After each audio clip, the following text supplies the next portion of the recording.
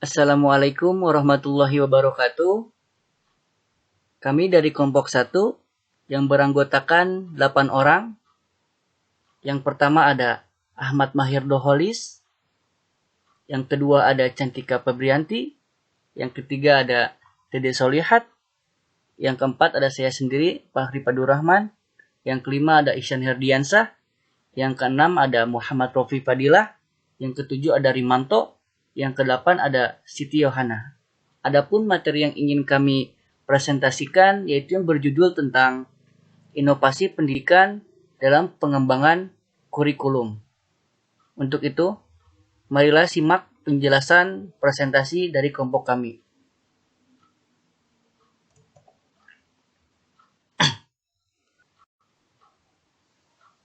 Pengertian inovasi. Inovasi kurikulum adalah suatu pembaharuan atau gagasan yang diharapkan membawa dampak terhadap kurikulum itu sendiri. Kurikulum hanyalah alat atau instrumen untuk mencapai tujuan pendidikan dan pembelajaran yang ditetapkan.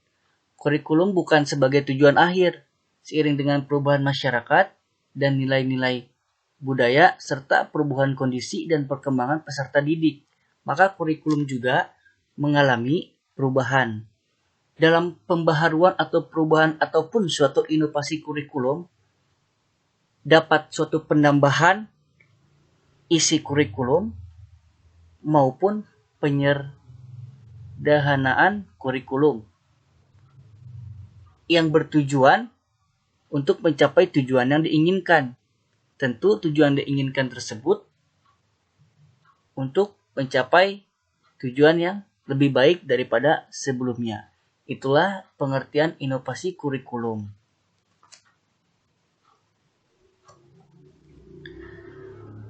Komponen kurikulum. Komponen kurikulum terdiri dari 5 komponen, yang setiap komponennya saling keterkaitan satu dengan yang lainnya. Yang pertama ada tujuan, yang kedua ada materi pembelajaran, yang ketiga ada strategi pembelajaran, yang keempat ada organisasi kurikulum, yang kelima ada evaluasi. Untuk penjelasannya bisa disimak sebagai berikut. Yang pertama, yaitu komponen tujuan. Tujuan pendidikan nasional yang merupakan pendidikan pada tataran makroskopik. Selanjutnya dijabarkan ke dalam tujuan institusional, yaitu tujuan pendidikan yang ingin dicapai dari setiap jenis maupun jenjang sekolah atau satuan pendidikan tertentu. Jadi di dalam komponen tujuan ini menentukan arah yang ingin dicapai untuk mencapai tujuan yang diinginkan. Jadi dalam setiap jenjang dari sekolah dasar, sekolah menengah pertama, maupun sekolah menengah atas, itu jenjang sekolah dan tujuannya pun berbeda-beda. Nah, disinilah komponen tujuan kurikulum untuk menentukan arah yang ingin dicapai. Yang kedua ada materi pembelajaran. Komponen materi pembelajaran itu yang didasarkan pada filsafat progresivisme, lebih memperhatikan tentang kebutuhan minat dan kebutuhan peserta didik. Oleh karena itu, materi pembelajaran harus diambil dari dunia peserta didik dan oleh peserta didik itu sendiri.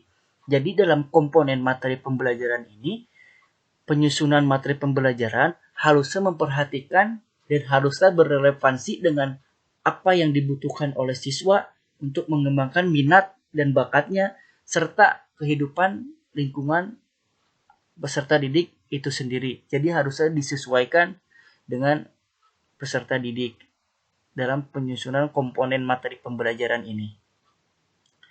Yang ketiga ada komponen strategi.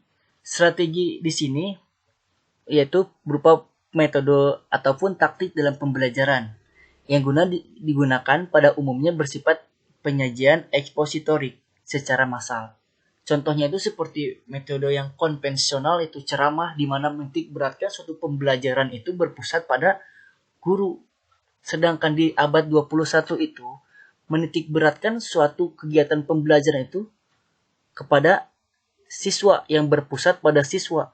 Guru hanya sebagai fasilitator, di mana siswa berpikir kritis, dapat memecahkan masalah, dapat menggali ilmu dengan sumber-sumber yang didapatnya maupun dari media cetak atau media elektronik. Dari situ, strategi pembelajaran sangatlah penting untuk dapat mengembangkan peserta didik menjadi mandiri, berpikir kritis, serta kreatif untuk mengembangkan potensi yang dimiliki dirinya. Yang keempat, komponen organisasi kurikulum. Beragamnya pandangan yang mendasari pengembangan kurikulum memunculkan terjadinya keragaman dalam pengorganisasikan kurikulum itu sendiri. Mata pelajaran terpisah yang pertama nih, organisasi kurikulum. Mata pelajaran terpisah atau isolated subject, yaitu kurikulum terdiri dari sejumlah mata pelajaran yang terpisah-pisah, yang diajarkan sendiri-sendiri tanpa ada hubungan dengan mata pelajaran lainnya. Masing-masing diberikan pada waktu tertentu, dan tidak mempertimbangkan minat, kebutuhan, dan kemampuan peserta didik. Semua materi diberikan sama kepada peserta didik.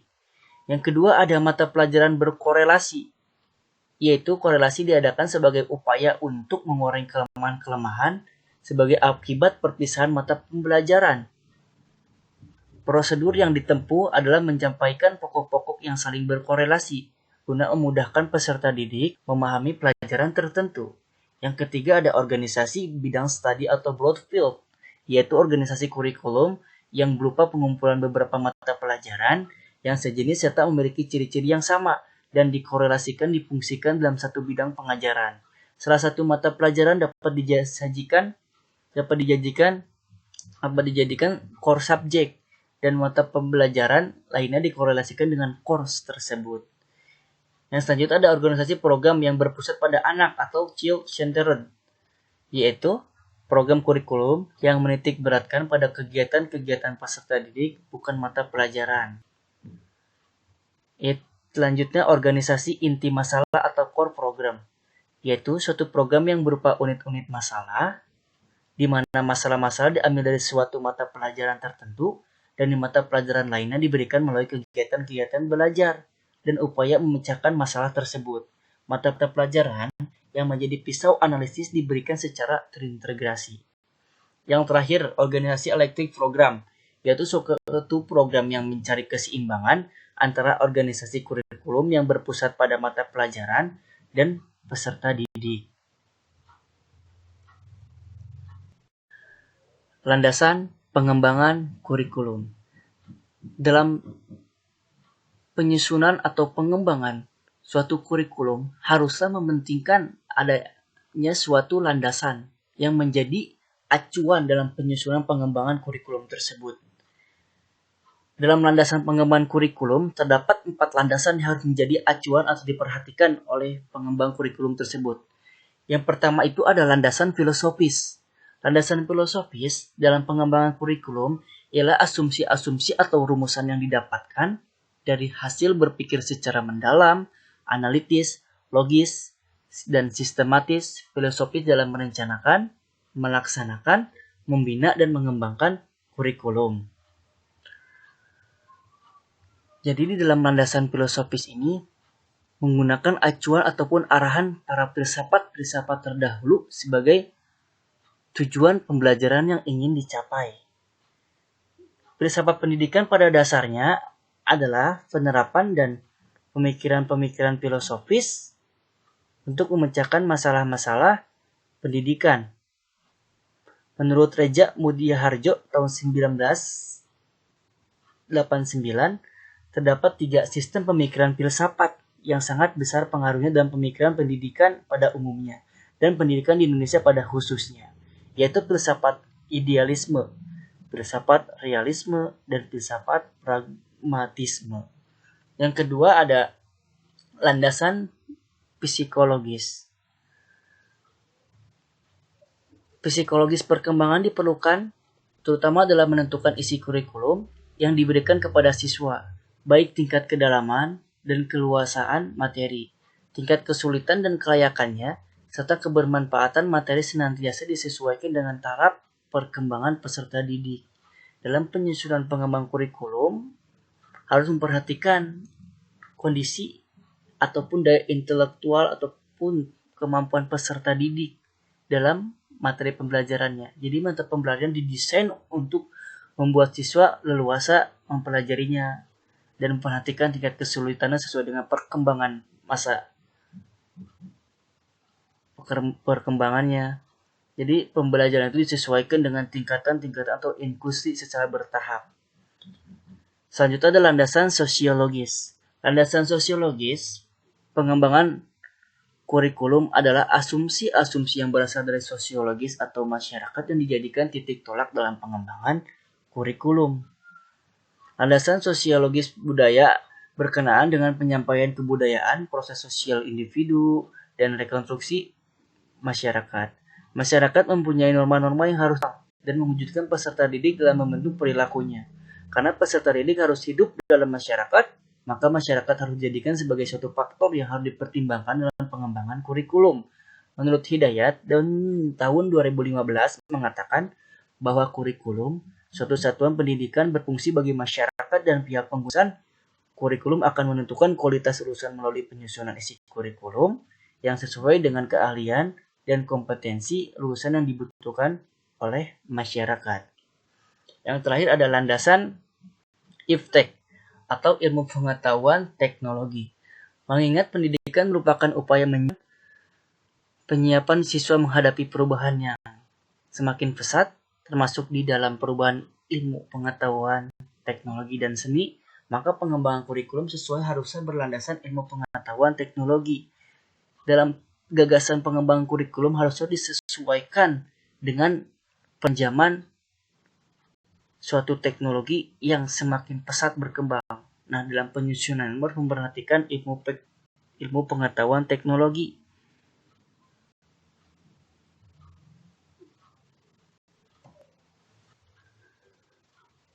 Prinsip pengembangan kurikulum. Prinsip pengembangan kurikulum ada 5 prinsip. Yang pertama itu ada prinsip relevansi. Prinsip relevansi secara internal bahwa kurikulum memiliki relevansi di antara komponen-komponen kurikulum, yaitu tujuan, bahan, strategi, organisasi, dan evaluasi. Sedangkan secara eksternal bahwa komponen-komponen tersebut memiliki relevansi dengan tuntutan ilmu pengetahuan dan teknologi. Prinsip fleksibilitas. Dalam pengembangan kurikulum, mengusahakan agar yang dihasilkan memiliki sifat luas, lentur, dan fleksibel dalam pelaksanaannya. Memungkinkan terjadi penyesuaian berdasarkan situasi dan kondisi tempat dan waktu yang selalu berkembang, serta kemampuan dan latar belakang peserta didik. Jadi pengembangan kurikulum itu harusnya fleksibel, dapat menyesuaikan dengan keadaan, situasi, dan kondisi yang sedang berlangsung, baik dari segi tempat dan waktu maupun latar belakang pendidikan. Yang ketiga ada prinsip kontinuitas. Prinsip kontinuitas yakni adalah kesinambungan dalam kurikulum, baik secara vertikal maupun secara horizontal. Pengalaman-pengalaman belajar yang disediakan kurikulum harus memperhatikan kesinambungan baik yang di dalam tingkat kelas, antar jenjang pendidikan, maupun antar jenjang pendidikan dengan jenis pekerjaan. Contoh, dalam sekolah dasar yang dititik beratkan dalam pembelajaran penjas itu mengetahui fungsi-fungsi gerakan. Lanjut ke jenjang yang lebih tinggi yaitu sekolah menengah pertama, siswa dititik beratkan dalam pembelajaran penjas itu mengetahui suatu proses, dapat melakukan suatu gerakan tersebut. Lanjut ke jenjang lebih tinggi yaitu sekolah menengah atas. Nah, di sini siswa dititik beratkan dalam pembelajaran penjas dapat melakukan suatu gerakan atau hasil produk yang baik dan benar. Gerakannya lebih baik. Itulah merupakan prinsip kontinuitas, adanya kesinambungan dalam setiap jenjang ataupun tingkatan pendidikannya. Yang keempat ada prinsip efisiensi. prinsip efisiensi, yakni mengusahakan agar dalam pengembangan kurikulum dapat mendayagunakan waktu, biaya, dan sumber-sumber lain yang ada secara optimal, cermat, dan tepat sehingga hasil memadai. Jadi dalam pengimplementasiannya, bagaimana suatu kurikulum itu didesain agar dapat memanfaatkan mendayagunakan suatu waktu, biaya, sumber-sumber, bahan, dan lain sebagainya secara optimal guna mencapai suatu tujuan yang diinginkan. Yang kelima ada prinsip efektivitas. Prinsip efektivitas yakni mengusahakan agar kegiatan pengembangan kurikulum mencapai tujuan tanpa kegiatan yang mubazir, baik secara kualitas maupun kuantitas.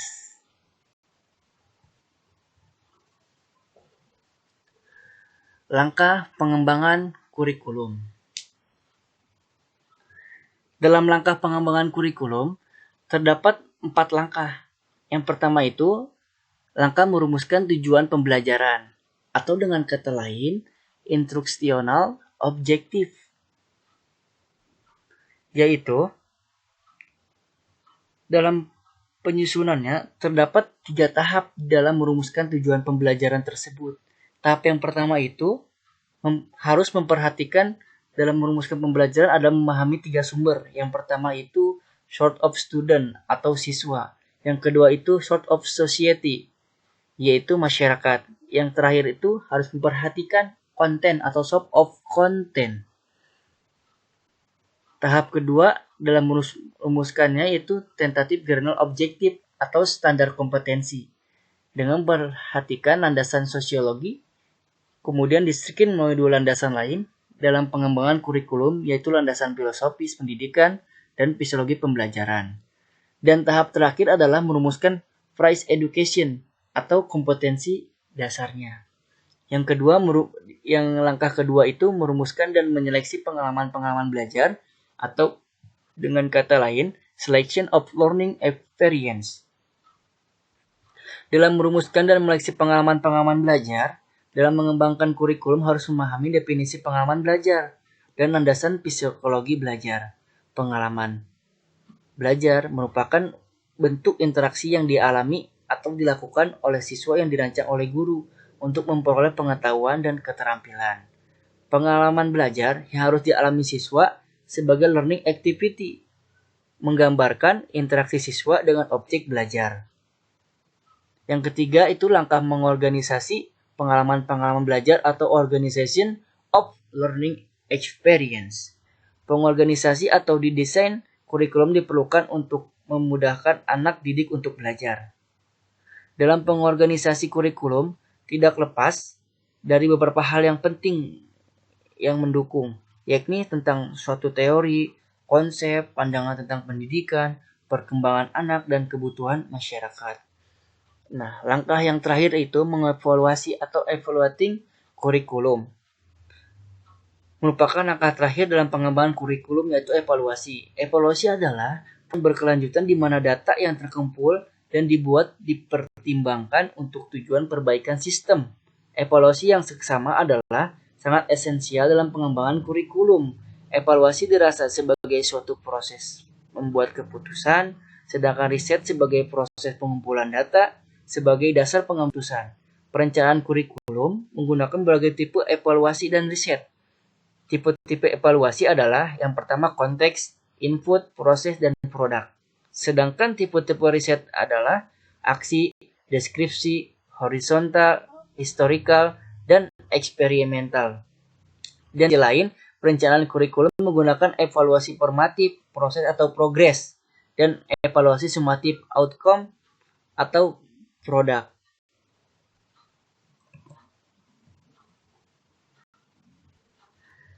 Itulah pemaparan presentasi dari kelompok 1 tentang materi yang berjudul Inovasi Pendidikan dalam Pengembangan Kurikulum. Semoga video yang kami buat dapat bermanfaat bagi para penontonnya. Mohon maaf dalam penyajian materi ada yang kurang ataupun kurang lengkap. Mohon dimaafkan. kami akhiri. Wabillahi taufik walhidayah. Wassalamualaikum warahmatullahi wabarakatuh.